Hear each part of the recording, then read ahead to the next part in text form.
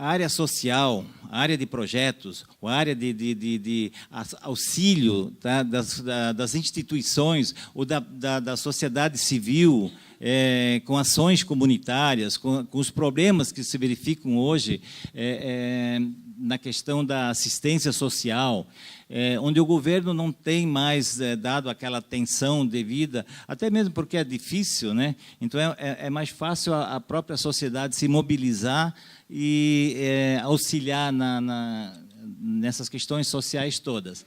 E, para isso, precisamos de recursos, né? Os recursos o governo tem. A gente, quando busca recursos, ou quando procura buscar recursos, a primeira coisa que a gente faz é o quê? Ir atrás do governo. Tá? O governo tem dinheiro, o governo tem, e assim vai. Ou seja, governo estadual, municipal, federal.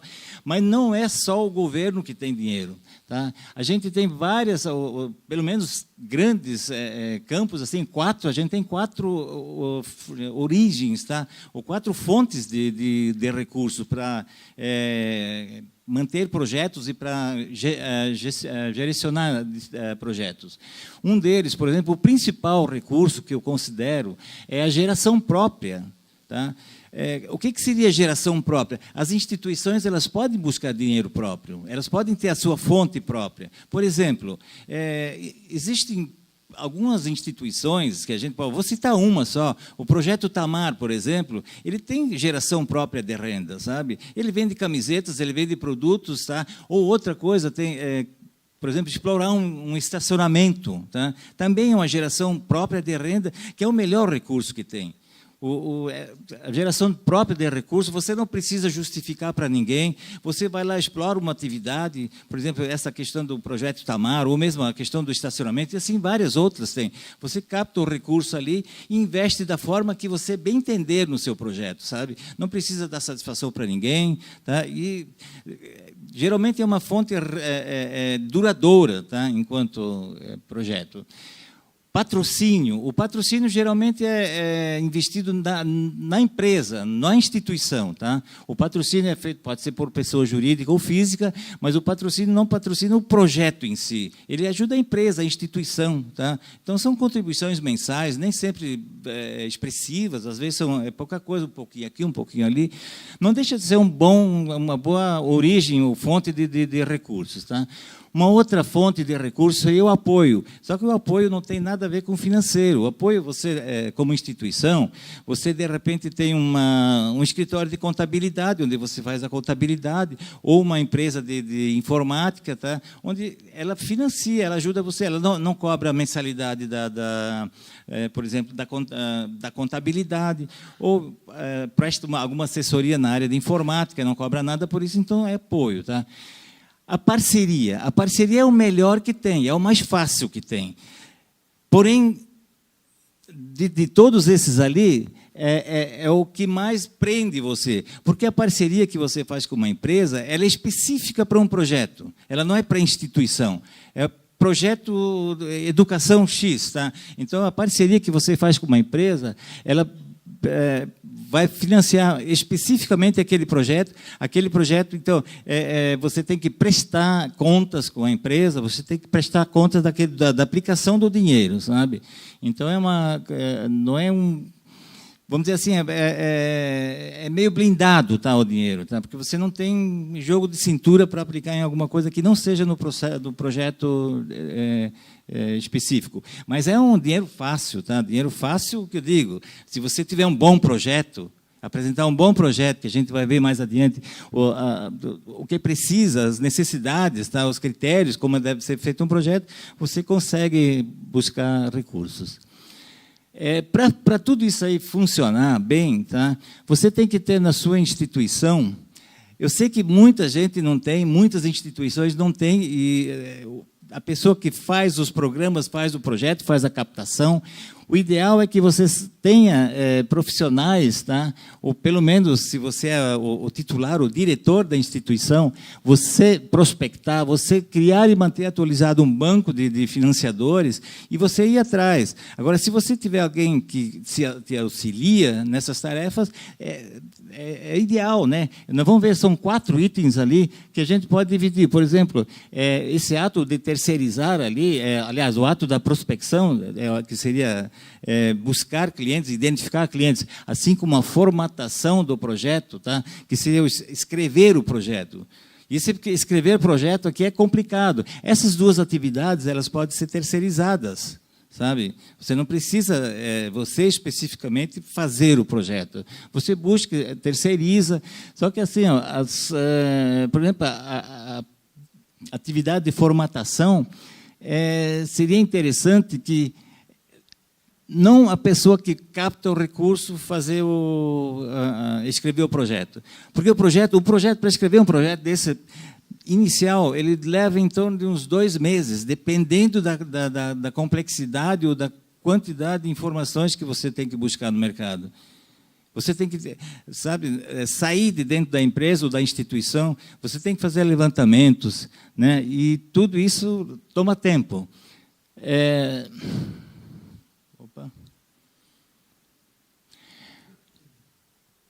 Outra etapa dentro da captação é a negociação. Então, você tem que ter um parceiro certo, com um projeto certo, na hora certa. Então, você busca o dinheiro fora, busca o parceiro. Daí. Você tem que identificar o parceiro ideal para um projeto X que você tem, né? Ou você desenvolveu, ou pretende desenvolver, fazer todas aquelas etapas anteriores, aí principalmente escrever o projeto, né? E sair a campo para buscar parceiros. Essa é uma tarefa que não é recomendável terceirizar. Por quê? Vamos que eu seja gerente de um projeto desses ali, tá? A sua instituição, ela me delegou para captar recursos. Onde é que eu vou captar recursos? Naquele onde eu sempre vou procurar aquela instituição, ou aquela empresa, ou aquele banco, onde eu sempre vou captar recursos. Tá? Eu saio da empresa, vou para outra instituição. Onde é que eu vou em primeiro lugar? Naquela mesma fonte onde eu sempre ia.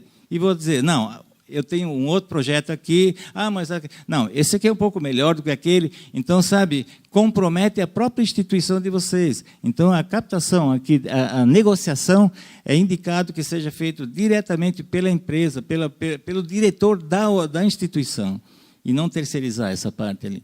E a fidelização, né? Fidelização. Nós não podemos perder os parceiros que a gente tem. E fidelizar significa o quê? É você ir lá, dar um agrado, dar um presente, tá? Visitar de vez em quando a empresa onde você capta recursos. Não é só pegar o recurso, pronto, esquece, arrumou, não quero mais saber, sabe? Não é assim que funciona. Então, você tem que fidelizar, e a fidelização é justamente ir lá, tomar um café com o pessoal, tá?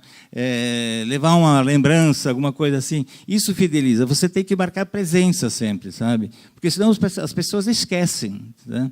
Esquecem que você tem um bom projeto, esquecem que você existe, enfim. É bem importante essa parte de fidelização, hein? No Brasil, a gente, infelizmente, tem a cultura, tá, de que vender projeto é vender miséria. Não é bem assim, né? O pessoal que vai buscar recursos para comprar, para arrecadar fundos para projetos, meio que vai mendigar. Essa é a cultura, mas nós temos que esquecer isso aí. Não é bem assim que funciona, sabe? Projeto, se você tem um bom projeto, é excelente, a empresa ela abre, ela tem interesses, tá? Porque ela vai ganhar com isso, sabe? Outra coisa que a gente não faz de forma correta no Brasil é o planejamento, sabe? Então, dentro dessa área de projetos ali, é muito importante o planejamento, não é o improviso. Você improvisando alguma coisa, sabe, não tem como trazer bons resultados. Tá? Então, tudo que se fizer dentro da área de projeto, quando você escreve o projeto, quando você vai atrás da captação de recursos, faça tudo de forma planejada, sem improvisação. Outra coisa que acontece muito, né, nas nossas instituições é a questão da falta de profissionalismo, né? Então, a gente profissionaliza a área meio, tá? E a área meio muitas vezes não é, enfim. A pessoa que escreve é o auxiliar, é o escriturário, tá? E a pessoa que capta é o diretor da empresa. Tem que ter profissionalismo entre todos eles. Aí você consegue bons resultados. Agora vamos entrar diretamente na questão da estrutura do projeto. O que um projeto deve ter para ser atraente para algum financiador ou algum investidor? Tá? Aqui você vai apresentar a sua instituição. Tá? A questão endereço, enfim, nome da instituição. E duas coisas muito importantes que têm que ser apresentadas para a instituição, para o investidor ou para o financiador, é a questão da experiência. A experiência que a empresa tem, ou a instituição tem, já na área onde ela pretende atuar. Tá? Por exemplo, vou citar um exemplo, vou seguir até o fim com esse exemplo. Eu tenho uma instituição que quer implementar um projeto de cultura. Tá? Cultura vai fazer parte desse projeto, música, arte e dança. Tá? Então, dentro desse projeto todo, você tem que relatar a sua experiência. Se você já tem experiência dentro do projeto, tá? Fica mais fácil. Se você não tiver experiência, quem sabe alguém que faz parte da instituição tem experiência, já ajuda. Tá? E se ninguém tiver experiência, aí é complicado. É a mesma coisa que sair, procurar a pessoa que... É o primeiro emprego. Tá? O primeiro emprego é difícil. Assim também são as instituições. Sabe? Então, se você conseguir mostrar alguma experiência, óbvio que ajuda. Agora, se não tiver, paciência, né? Vai ter que ser... A primeira vez vai ter que acontecer alguma vez, né? Outra coisa que você deve relatar no projeto é o sucesso, ou seja, os resultados que você já conseguiu ao longo da sua trajetória, tá? Da existência, quando houverem, claro. Se for o primeiro projeto, não tem o que contar. Tá? Mas é muito importante que o resultado que você apresenta para o mercado, de algum projeto que eventualmente você já fez, que seja mostrado o que realmente aconteceu, o que você vê, não o resultado antes, ou o que você pretende colher, mas sim aquilo que você já tem, que você já conseguiu com projetos. Se você já tem algum projeto em andamento, a capacidade, a facilidade de aprovar um novo projeto é bem mais fácil também, né? Uma outra parte muito importante é a justificativa do projeto. Tá? Então, aqui na justificativa, que é um resumo geral de todo o projeto. Isso aí, quando o financiador estiver lendo o seu projeto, ele vai... A primeira coisa que ele vai verificar ou vai olhar mais a fundo é exatamente a questão da justificativa. E a justificativa tem que ser também, ela tem que demonstrar o resultado do final do projeto. Tá? Então, você vai lá dizer, eu quero... dentro da questão da cultura ali, educação, por exemplo, o item educação, formar 100 crianças e adolescentes, tá, até o final do ano, ou, sei lá, em 2, 3 anos. Tá? Então, você tem que... essa não seria justificativa, você tem que chegar no final e mostrar que realmente você conseguiu atingir esse objetivo. A duração da parceria, né, com o financiador, não é a duração do projeto. Quanto tempo você quer ficar ou pretende ficar com o projeto? E você só vai conseguir dar continuidade ao seu projeto se mostrar resultados, né? Custo total do projeto, tanto a parte total como a parte pleiteada, por exemplo.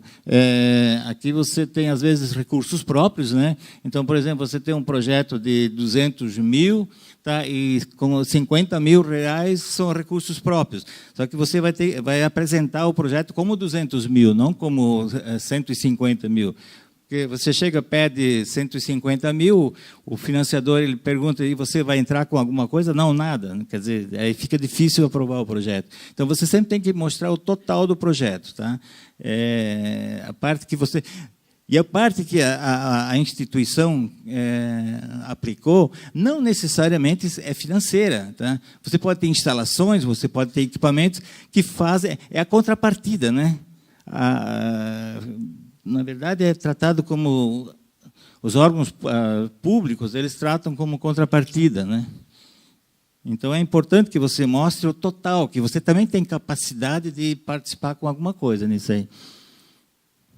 E as considerações especiais também devem fazer parte da estrutura do projeto. É o que o parceiro ganha. E não adianta dizer para o parceiro que ele ganha imagem, ganha, sabe, enfim... É importante que você mostre aqui ganhos quantitativos, tá? Números, quanto ele ganha.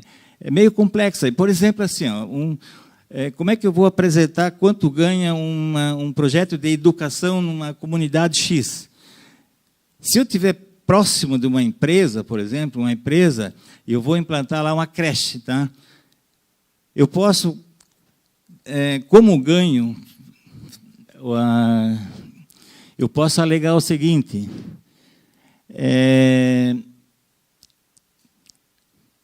sei lá, 10%, 20% das crianças que estiverem na creche, tá, podem ser de filhos dos funcionários da empresa. Quer dizer, é um número que você pode quantificar, então, né? Uma outra coisa, dentro da estrutura do projeto, aqui, ó, nós temos que ser bem claros quanto aos objetivos. Tá? O objetivo geral é tudo o que eu vou fazer. É um macro projeto. Por exemplo, naquele exemplo que eu dei da implantação de um centro cultural, para a melhoria do nível de vida da comunidade X. Seria, vamos dizer, um macro projeto, seria o objetivo geral. Tá? E dentro desse objetivo geral, eu tenho 3, 4 subitens. Por exemplo, educação é um, dança é outro, né? Música é outro. Então, o objetivo geral é bom que ele é amplo dentro do projeto. Tá? E o específico, então, vai delinear cada etapa que eu me propus a fazer dentro do projeto. Quando se faz financiamento de projeto, ou quando se vai à busca de recursos, tem um aspecto muito interessante ali. Eu faço o projeto, tá, em cima de cada objetivo específico. Por quê? No caso de um projeto macro, por exemplo, esse que eu falei da cultura, de implantação de um centro de cultura, ele está desdobrado em 3, 4, 5 objetivos específicos. Se eu pedir dinheiro para todo o projeto, e depois a liberação é por etapas, eu só vou ter disponibilidade daquele recurso quando todas as etapas tiverem sido concluídas. Então, eu tenho que cuidar nisso ali quando eu peço recursos, para pedir exatamente para cada etapa, ou para cada objetivo específico. Eu posso estar com a atividade de dança já aprovada, com recurso liberado, e a atividade de música, por exemplo, depende de alguma coisa. Tá? Então, eu tenho que cuidar com isso quando eu faço o projeto, para realmente pedir por etapa, ou seja, por etapa não, né? Por cada objetivo específico que eu preciso. Né? E é muito complicado isso aí, eu já vi situações que realmente o recurso ficou engavetado, entre aspas, né? E não saiu porque faltaram, estava atrelado a outro objetivo. Né? Então, tinham 2, 3 objetivos, saiu um, outro não saiu, e demora, muitas vezes demora tempo, às vezes. Né? outra coisa aqui, ó, as etapas do projeto, tá?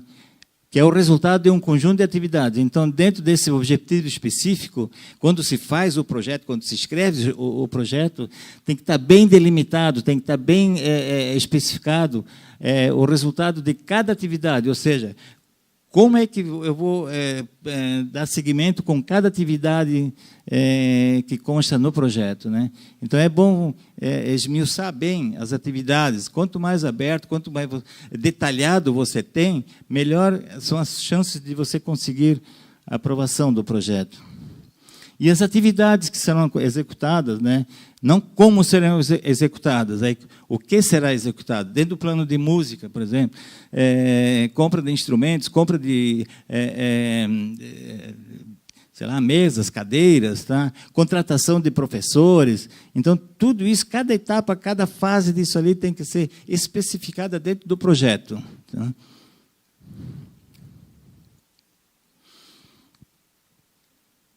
Outra parte muito importante, tá? Eu falei um pouco antes disso ali já, mas os indicadores e as formas de verificação.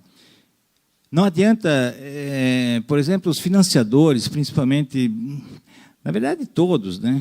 Não é só bancos, não. Quem financia um projeto, ele quer saber o que ele ganha, quantificado. É aquela situação que eu falei da creche. Então, você tem que colocar dentro do projeto números, tá, que você acredita e que possam ser checados, né?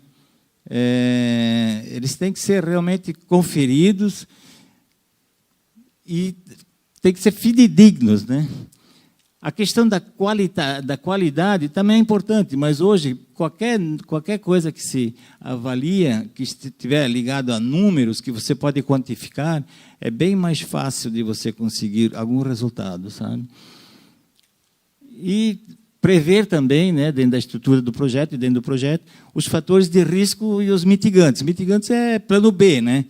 Se você tem um projeto, tá, e ele caminha de certa forma, alguma coisa, algum desvio de percurso, você não tem nenhum plano B, nenhuma alternativa para dar sequência, então o projeto está fadado a não dar muito certo, né? Então é importante que você sempre tenha uma alternativa, tá, para poder ter uma área de escape, né?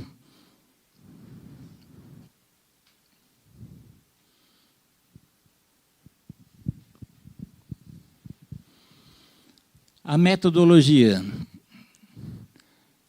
do projeto. Tá? Quando você escreve o projeto, então, você tem que ter detalhado toda a descrição técnica de como fazer. Isso inclui todas as atividades, tudo, desde levantamentos, como é que você conseguiu, como é que você quantificou, de onde você pegou preços, de preferência ter anexo também, né, alguns orçamentos de empresas, enfim, quanto mais claro você mostra esses números todos, maior chance você tem de ter o seu projeto aprovado, né, e pelo menos analisado. O cronograma das atividades. O cronograma deve ser... faz parte de cada atividade específica, do objetivo específico. Você não pode fazer um cronograma de atividades dentro do macroprojeto. Tá? Se você apresentar um projeto, você tem que pegar cada atividade específica, né, e elaborar o cronograma em cima de cada atividade específica do projeto. Orçamentos. Os orçamentos para cada atividade também. Cada item você tem que quantificar. Tá? E busque orçamentos reais. Não faça estimativas de orçamento. Equipamentos, máquinas, ou mesmo trabalho de profissionais que você contrata para o seu projeto. Busque sempre o mais próximo possível da realidade. E se você tem a questão, o projeto vai ser aprovado daqui a um ano, eu vou apresentar números de hoje. Não, dê validade às propostas que você tem. Ou dê validade ao projeto. O projeto vale por 3 meses, aí depois você refaz novamente o levantamento, né, de preços, enfim.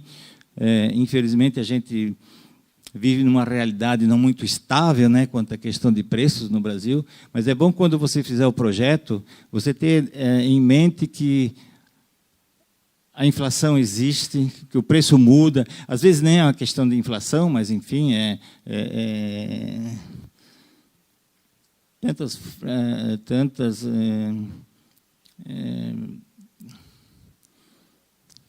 isso aí. Anexo. Fugiu. Por fim, dentro da estrutura do projeto que você vai apresentar, você anexa, tá? Você vai colocar os anexos, o perfil da equipe de profissionais que está com você, que trabalha com você, plantas, né, da atividade que vai fazer, da empresa, do prédio, as fotos, memória de cálculo. Então, que tem que cuidar um pouco com esses anexos ali para não serem muitos, né? Você não pode escrever um projeto, por exemplo, de 30 folhas, 30 páginas e anexar 100 páginas, né? Daí ninguém olha assim. Então, ou seja, a questão de fotos é muito importante, mas sempre limitado, né? Um número que não sature a leitura do projeto. Isso vale para tudo, sabe? Eu não falei ali as páginas, mas, por exemplo, metodologia é meia página, cronograma, a justificativa é uma página. Seja bem conciso quando você escrever o projeto, para não saturar, tá? Para quem está lendo. Porque muitas vezes sabe, não adianta você apresentar um projeto de 50 páginas, quando o cara chega na 10ª página, não para de ler, não lê mais. E está tudo muito calcado em cima da justificativa do projeto. A justificativa, sendo bem embasada, bem fundamentada, é meio caminho andado para ter um projeto aprovado, sabe? Ou, pelo menos, ter um projeto às boas vistas de um bom financiador, né?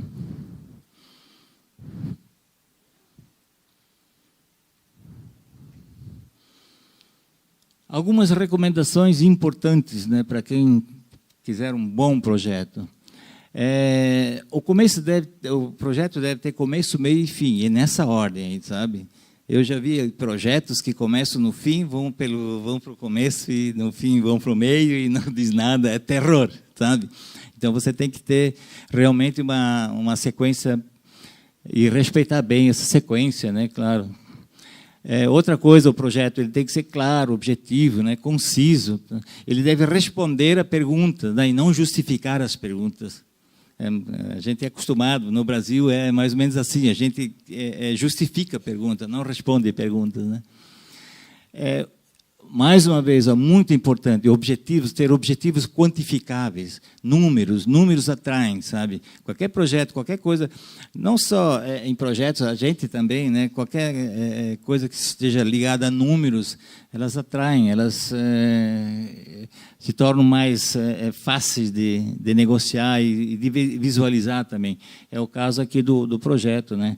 Se você acha alguém interessado e mostrar números, realmente, números, percentuais, enfim, não adianta dizer, o projeto atende a uma causa social. Não é muito recomendável, né? Então, você tem que realmente mostrar números. E ter sempre um orçamento real, não estimado, tá? Você tem que ter números reais, você tem que sair do mercado mesmo, buscar números e mostrar números, né? Não adianta dizer, eu acho, não funciona em projetos, tá? Até porque o investidor ele perde daí a credibilidade, aliás, a instituição perde a credibilidade junto com o investidor. Mais uma vez, né, falando da questão de planejamento, né? E o planejamento tem que ser feito em equipe, então. Não adianta você fazer um projeto sozinho, tá? É importante, se você tiver equipe, que tiver mais pessoas envolvidas, faça com equipes, faça com pessoas, troque ideias, sabe? É muito mais viável, é muito mais menos sujeito a erros, né, desvios, enfim. Outro aspecto importante, né, você deve tratar o projeto como um produto que você vai vender. Então, seja criativo, tá? Apresentável, o projeto tem que ser apresentável, não adianta escrever o projeto num papel rascunho, né? Então tem que, claro, não vai botar florzinha, aquelas coisas assim, mas você tem que ter um projeto apresentável. Cuidado muito com a redação do projeto, muito, muito. Eu prezo muito pela língua portuguesa. Então, quando escrever um projeto, sabe, cuidado com a língua portuguesa. É terrível você começar a ler um projeto e já na primeira, segunda linha você se deparar com alguns erros de português que às vezes são imperdoáveis, né? Isso com certeza já tira o seu projeto da linha, assim, nossa. Relação custo-benefício. Quanto é gasto no projeto e quanto se consegue, qual é o benefício, né? Então, tem que haver uma certa coerência, aliás, uma total coerência, né, entre o que você gasta no projeto e o que o projeto traz de retorno para você.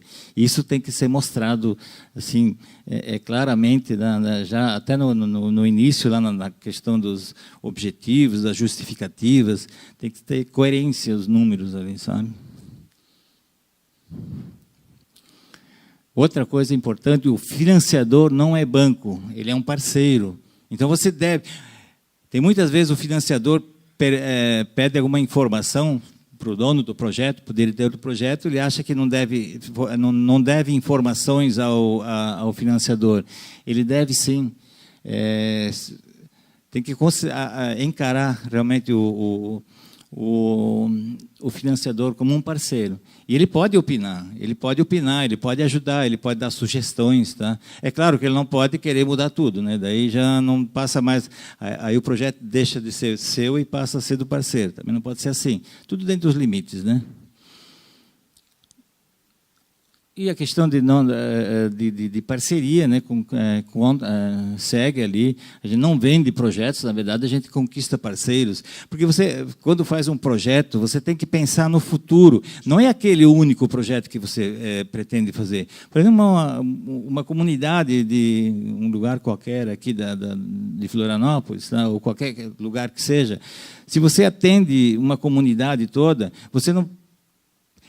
de repente, você tem mais necessidades, tá, de buscar o projeto, de fazer projetos. E você não vai atender só uma questão, tá? Você vai atender várias. É a questão da cultura, da implantação do complexo de cultura que eu falei no início. Você tem educação, tem esporte, tem música, dança. Então, você vai desenvolver vários projetos dentro de um só. Daqui a pouco aparece uma outra oportunidade de fazer mais um projeto para aquela comunidade, de outra área totalmente diferente, esporte, sei lá, inserção da criança e adolescente, né? Então, você tem vários projetos, você tem que deixar a porta aberta para sempre conseguir seguir adiante e conseguir mostrar bons projetos.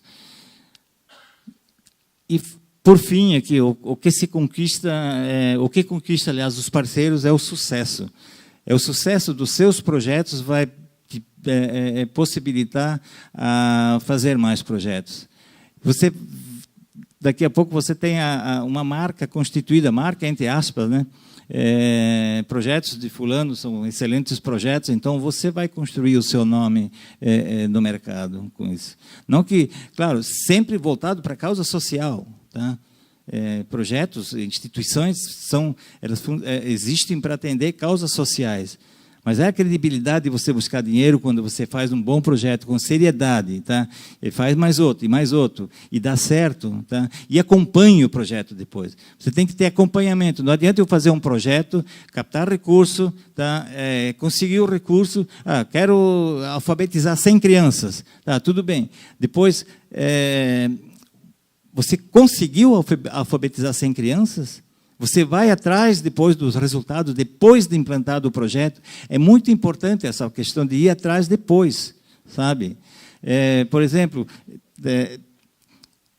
tem um caso, eu não lembro bem agora, mas é um caso real. É questão de curso de pré-vestibular. A empresa vendia curso de pré-vestibular, ministrava os cursos, E depois não tinha acompanhamento de quantas pessoas passaram, quantas foram aprovadas daquela instituição. Então não adianta, né? Não adianta ter projeto e também não adianta nem ter empresa, né? Se você não souber depois do resultado da sua empresa, do resultado do projeto, infelizmente também não é muito... seria quase desnecessário fazer projeto, né? Você tem que acompanhar realmente. Bom, eu já fui sinalizado lá que está quase acabando. Rapidinho passar nas fontes de recursos aqui. Existem muitos recursos, tá? Não tem recursos só como eu falei no início, não é só na área governamental, não é só no governo, tá? Claro, o governo tem os estaduais, municipais, né? Mas tem empresas públicas, outras empresas públicas, por exemplo, Petrobras e Itaipu, eles têm área de projetos, têm área de recursos. Só que tem que fazer um bom projeto, né? Bancos estatais, por exemplo, Banco do Brasil, Caixa Econômica, sabe?